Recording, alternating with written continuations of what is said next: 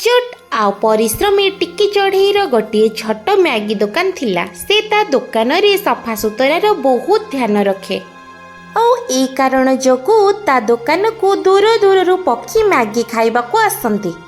टिकी आंटी मते जल्दी जल्दी 10 टंकार मैगी दे दियो, मते बहुत जोरे भोक करूची। पुआ बुलबुल ने ए होची तार 10 टंकार मैगी खाई दे। पारार पुओ बुलबुल आराम से खुशी रे मैगी खाए। आहुरी भी अनेक चढ़ई सेठाको मैगी खाइबा को आसंती। आउ एमितिरे टिकी चढ़ईर दिन को 400-500 टंका रोजगार हो जाए। 300, 300, 400, 500 कोड़िया झियो आज पूरे 500 टंकार बेपार होईछि। माँ मो ପାଇଁ କୋଉ ଦିନ ନୂଆ ଚପଲ ଆଉ ଫ୍ରକ୍ ଆଣିବ, ମୁଁ ତମ ଉପରେ ରାଖିଛି। ଝିଅ କୋଡ଼ିଏ ଦିନ ବେଳେ ମତେ ଜମା ବି ସମୟ ହଉନି, ସେଇଥିପାଇଁ ଏବେ ମୋ ସହିତ ଚାଲ ନୂଆ ଜୋତା ଆଉ ଫ୍ରକ୍ ନେଇ ଆସିବୁ। ଏହା ଶୁଣି ଗୁଡ଼ିଆ ଝିଅ ବହୁତ ଖୁସି ହୁଏ। ତାପରେ ମା ଝିଅ 2 ଜଣ ସାରା ଖୁସିରେ ଯାଇ ଦୋକାନରେ ପହଞ୍ଚନ୍ତି। ସୁଆ ଭାଇ ସେ ଲାଲ ରଙ୍ଗର ଫ୍ରକ୍ଟା ଆଣିଲ।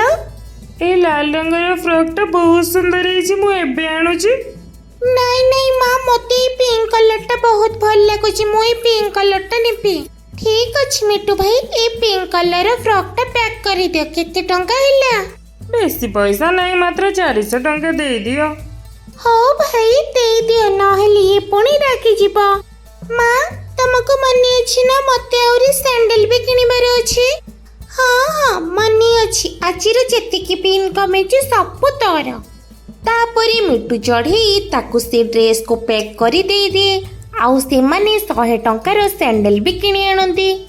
माँ झील 2 जण सारा खुशी घर को फेरुथांती। से समय रे गोरिका और तांको देखी ईर्ष्या जली जाए।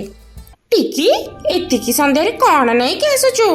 गोरी कोड़िया ପାଇଁ फ्रॉक आउ सैंडल लेके आछि, दिन रे तो समय ही होनी। कोरी आंटी एटा देखो मो फ्रॉक आउ सैंडल हेची ना सुंदर। हाँ बहुत सुंदर हेची। इमितिरे से माँ झियो 2 जण जाई तांको घरे पसिले। एपटे गोरिका और कालू काऊ को कहे, कालू टिके तो शरम कर, से टिकी चढ़ई विधवा हेकी भी ता छुआ को सब जिनिस आनिकी दउची, आउ ताकू टंकार अभाव भी नाही। एपटे मु मार्केट कौन भूली तो गलिनी। पर टेकेर मैगीर दुकान से दिन को 400-500 टंका आराम से इनकम कर दूची। कालू मैगी बनैबा कौन जे कष्ट काम, आमे चालू न मैगीर दुकान खोलिबा। ठीक अच्छे, मु काली ही मैगीर दुकान करदेवी, एबे तमे सोई जाओ। ता पर दिन ही गोरिका और 2 जण सारे मैगीर जिनिस पत्र सब किणी आनती। आउ टिकी चढ़ी दुकान आगरे ही ताको मैगी दुकान खोलती। गरी जाओ टिके केमिति मैगी बनाउची टिके देखिकी आसो। कालू मु कौन एमिति सेमिति हेची, मैगी बनैबा कौन कष्ट काम, मैगी बनैबा तो मो बाँ डेणार काम। तमे प्रथमे जाओ गोटे कौटू कस्टमर नेकी आस। मैगी खाओ मैगी, आम दुकान रे स्वादिष्ट मैगी। आस କିଛି ସମୟ ପରେ ତା ଦୋକାନକୁ ଗୋଟେ ଗ୍ରାହକ ଆସେ। ସାଙ୍ଗେ ସାଙ୍ଗେ ଗରି ମ୍ୟାଗି ତାକୁ ବଢ଼େଇ ଦିଏ। ଆଉ ସେ ମ୍ୟାଗି ଦେଖିବାକୁ କୌଣସି ଖିଚୁଡ଼ି ଠାରୁ କମ୍ ନଥାଏ। କାଉ ମାନେ ଏ କ'ଣ ଦେଇଦେଲ? ମୁଁ ଖିଚୁଡ଼ି ନୁହଁ ମ୍ୟାଗି ମାଗିଥିଲି। ପାରା ଦେଖିବା ଉପରେ ଯାଅ ନାହିଁ, ଆଗ ୟାକୁ ଖାଅ, ବହୁତ ସ୍ୱାଦିଷ୍ଟ ମ୍ୟାଗି। ଖାଇସାର ତାପରେ ଖୁଣ ବାହାର କରିବ। ଗରିର କହିବା ପରେ ପାରା ମ୍ୟାଗିକୁ ଖାଏ। ଥୁ ଇଏ କ'ଣ ମ୍ୟାଗି ଦେଇଛ? मैगी नारे मते लुण ना जहर दे देइछ। मो मूड पूरा खराब कर दिल। मु आ भूल भी तुम दुकान आड़ को अनेबिनी। पारा ए मैगीर पैसा तो देगी जाओ। पैसा को पैसा? मु मैगी कोठी खाइछि जे? ए नियो तुम मैगी, मु जाउछि टिकी चढ़ई पाखरे मैगी खाइबी। तापरे पारा टिकी चढ़ई पाखको चली जाए। अरे केते स्वादिष्ट मैगी बनैथिल। पारा तो तमर प्रशंसा करी थकू ही नथिला। तमे तो से टिकी चढ़ईर कान काटिदिल। कालू मु तो मैगी भल बनैथिली, जना नहीं से मल्ला मुहा पारा को काहे भल लागिलानी। एबे चुप है जा, चुप है कि जाके टिकी ठू मैगी केमिति करनते शिखिया जा। प्रथम ग्राहक को तो नाराज कर दिलु। तापरे गौरी जाई टिकी चढ़ई पाखरे बसे। आउ टिकी चढ़ई केमिति मैगी तैयारी करुचे ताको बहुत भल से देखे। ଆଉ ଆସି ନିଜ ଦୋକାନରେ ତିଆରି କରେ। କାଳୁ ତାପରେ ମ୍ୟାଗି ଖାଏ। ହଁ ଭଲ ହେଇଛି, କିନ୍ତୁ ୟାଠୁ ବି ଭଲ ବନେଇବା ପାଇଁ ଚେଷ୍ଟା କର, ତାପରେ ଯାଇ ଗ୍ରାହକ ଆସିବେ। ଏମିତି ସନ୍ଧ୍ୟା ପର୍ଯ୍ୟନ୍ତ ତାଙ୍କ ଦୋକାନକୁ ମାତ୍ର 2-4 ଜଣ ହିଁ ଗ୍ରାହକ ଆସିଥାନ୍ତି। ସେତିକିରେ ସେ 2 ଜଣ ପୁରା ଥକି ଯାଇଥାନ୍ତି। ହାय ମୋ ଅଣ୍ଟ, ଦିନମାନ ପୁରା କଣ୍ଢେଇ ପରିକା ଠିଆ ହେଇକି ରହିଛି। ମୁଁ ତ ପୁରା ସକାଳ ପର୍ଯ୍ୟନ୍ତ ଶୋଇବି। କାଳୁ ମୋ ନିଦ ଜମା ଖରାପ କରିବନି। ଆଉ ଖାଇବା କିଏ ବନେଇବ? ମୋତେ ବହୁତ ଜୋରେ ଭୋକ ହଉଛି। କାଳୁ, ସେଇ ଜାଗାରେ ମୁଁ ମ୍ୟାଗି ରଖିଛି, ମୁଁ ତ ଖାଇଦେଇଛି, ତମେ ଯାଅ ଖାଇଦେବ, ଆଉ ମୋତେ ଡିଷ୍ଟର୍ବ କରନା। ଏତିକି କହି କରିକାଉ ଶୋଇପଡ଼େ। କାଳୁ କାଉ ବି ସେ ମ୍ୟାଗି ଆଣିକି ଖାଏ। ଆଉ ସେଇ ସମୟରେ ଚିନ୍ତା କରେ, ଟିକି ଚଢ଼େଇଠୁ ତ ଭଲ ମ୍ୟାଗି କେହି କରିପାରିବେ ନାହିଁ। ମୋତେ ଯଦି ତାଠୁ ଆଗକୁ ଯିବାକୁ ହବନି, ମୋତେ ହିଁ କିଛି କରିବାକୁ ପଡ଼ିବ। ଏମିତି ଚିନ୍ତା କରି ସେ ମ୍ୟାଗି ଖାଇ ଶୋଇପଡ଼େ। ତା ପରଦିନ ସକାଳୁ ଉଠି ସେ ତା ମାମୁଁ ଘରକୁ ଯାଇ ଆଉ ମ୍ୟାଗି ବେପାର କଥା କୁହେ।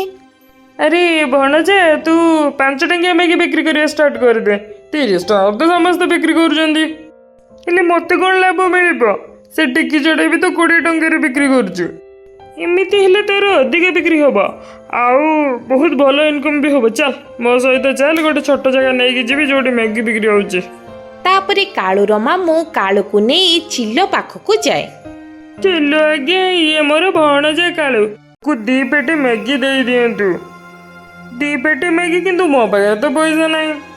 ଆରେ ଭାଇ, ଏଇଟା ପ୍ଲାଷ୍ଟିକ ମ୍ୟାଗି, ଏଥିରେ ମସଲା ଟିକେ ଅଧିକ ଦେଇଦେବୁ, କାହାକୁ କିଛି ଜଣା ପଡ଼ିବନି, ଆଉ ବହୁତ ଶସ୍ତା। କ'ଣ ସତରେ ପ୍ଲାଷ୍ଟିକ ମ୍ୟାଗି, ସେଇଟା ପୁଣି ଶସ୍ତାରେ? ତାପରେ ସାଙ୍ଗେ ସାଙ୍ଗେ କାଳୁ ସେଠୁ 2 ପେଟି ମ୍ୟାଗି ନେଇଯାଏ ଆଉ ତା ଦୋକାନରେ ବିକ୍ରି କରିବାକୁ ଲାଗେ, ସେ ବି 5 ଟଙ୍କାରେ। 5 ଟଙ୍କାରେ ମ୍ୟାଗି କଥା ଶୁଣି ଜଙ୍ଗଲର ସବୁ ଚଢ଼େଇ ଛୁଆମାନେ ସେଇଠିକି ଉଡ଼ି ଉଡ଼ି ଆସନ୍ତି। ମତେ 5 ଟଙ୍କାର ମ୍ୟାଗି ଜଲ୍ଦି ଜଲ୍ଦି ଦେଇ ଦିଅନ୍ତୁ। ନାଇଁ, ମୁଁ ବହୁତ ସମୟରୁ ଠିଆ ହେଇଛି, ମୋତେ ଆଗ ଦିଅ। ଆରେ ରୁହ, ସମସ୍ତଙ୍କୁ ମ୍ୟାଗି ମିଳିବ, ଖାଲି 2 ମିନିଟ୍ ଅପେକ୍ଷା କର। ଏମିତିରେ କାଳୁ କାଉର ମ୍ୟାଗି ବହୁତ ବିକ୍ରି ହୁଏ। ଆଉ ଟିକି ଚଢ଼େଇର ସବୁ ଗ୍ରାହକ କାଳୁ କାଉ ପାଖକୁ ଆସନ୍ତି ଆଉ ଖୁବ୍ ମଜାରେ 5 ଟଙ୍କାର ମ୍ୟାଗି ଖାଇକି ଯାଆନ୍ତି। 5 ଟଙ୍କାରେ ମ୍ୟାଗି, ଏଇଟା ପୁଣି କେମିତି ସମ୍ଭବ? ମୋତେ ତ 20 ଟଙ୍କାରେ ବିକ୍ରି କଲେ ବି ବହୁତ ଅଳ୍ପ ରହିଯାଉଛି ଲାଭ। ଆଉ ଏମାନେ କେମିତି ଏତେ ଶସ୍ତା ବିକ୍ରି କରୁଛନ୍ତି? କିଛି ତ କରୁଛନ୍ତି ଚାଲ ତା ଭିତରେ।